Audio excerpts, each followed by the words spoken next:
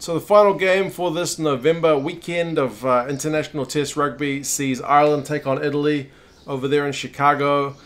If you're an All Blacks fan, this will be a familiar scene for you, seeing the Irish out on Soldier Field. So it's been a happy hunting ground for the Irish rugby team. Historically getting that famous win over the All Blacks for the first time in their history at that ground. So it should be some warm fuzzies for the fans.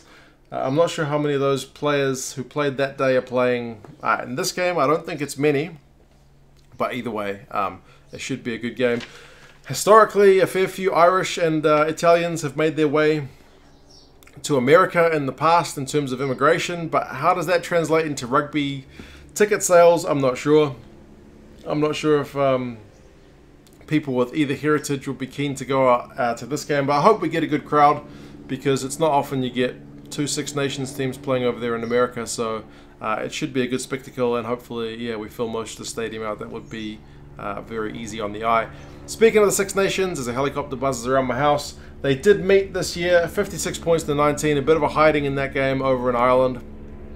Obviously, Ireland stormed their way to a Grand Slam this year, so I was going to say, can't give Italy too much grief about that result, but it is quite a scoreline to get beaten 56 points to 19.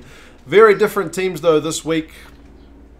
It does have a slightly, not quite B team, but there's a few backups getting runs, just put it that way. For Ireland, fair few of the big guns out. As I said, you can have a look at the teams in the description, but Carbery gets a start, which I'm pretty happy to see. We all know Sexton is the man. He's gonna be fine. I speak as an All Blacks fan, where I hope he stays fit. Murray's injured at the minute, but it does, and I speak as an All Blacks fan with that history of Dan Carter getting injured at inopportune times. It's great if you can have your best guy firing at World Cup time, put it that way. So to get Carbery in, get him some more experience. He's still a very young man, still proving himself at Munster at the minute. Yeah, to get him pulling the strings for a week is definitely a good thing to see, and I'm hoping he'll do a good job. From what we've seen of him this season so far, he's looked pretty deadly, some of those runs he's been making. Larmour gets a start at 15. I believe it's his first start, so that's another exciting pick. Byrne in the second row, I think it's his first start as well. He's been really good from what I've seen of him this season as well. So it is a very strong looking team, even without guys like Beston, Sexton and Murray. It's still a strong lineup. No James Ryan.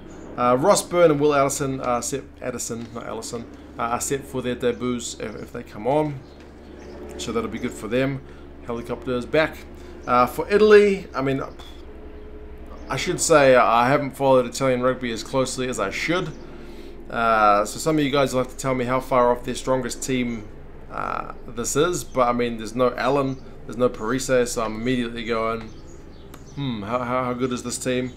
Campagnaro captains from 13. I think he's just left Exeter. I seem to remember reading about him in the news recently. The back row has got a bit of a South African connection with Meyer, Steyn, and then the Italian Giammarioli. Yeah, my Italian pronunciation is not the best. Ireland by 27 is what the bookies are saying. Please do give me a bit of an Italian rugby education. I think I've seen a couple of the games of Benetton this season. I might have seen one from Zebre. I've definitely watched the highlights, but not as familiar as I should be with the Italian guys. But yeah, 27 is what the bookies are saying. The last win for Italy over Ireland came in Rome, and that was in 2013, so it's been quite a while between drinks. But hey man, Soldier Field is apparently a place for upsets. So is this one where the Italians could pick themselves up? Because from what I've seen of the Pro 14 this season, the two Italian teams look to be doing alright. So is this form going to potentially carry over? Oh man, that Irish team, even without the big names, looks pretty strong. So I wouldn't be betting money on it. It looks to be Ireland all day long. But as I said, you guys let me know your thoughts on the teams. What kind of combinations are you looking forward to seeing playing with some of the big names out for this week? Do you think 27 points is kind of a fair assessment from the bookies, or do you think it might be a bit closer? Do you think it might even be further out?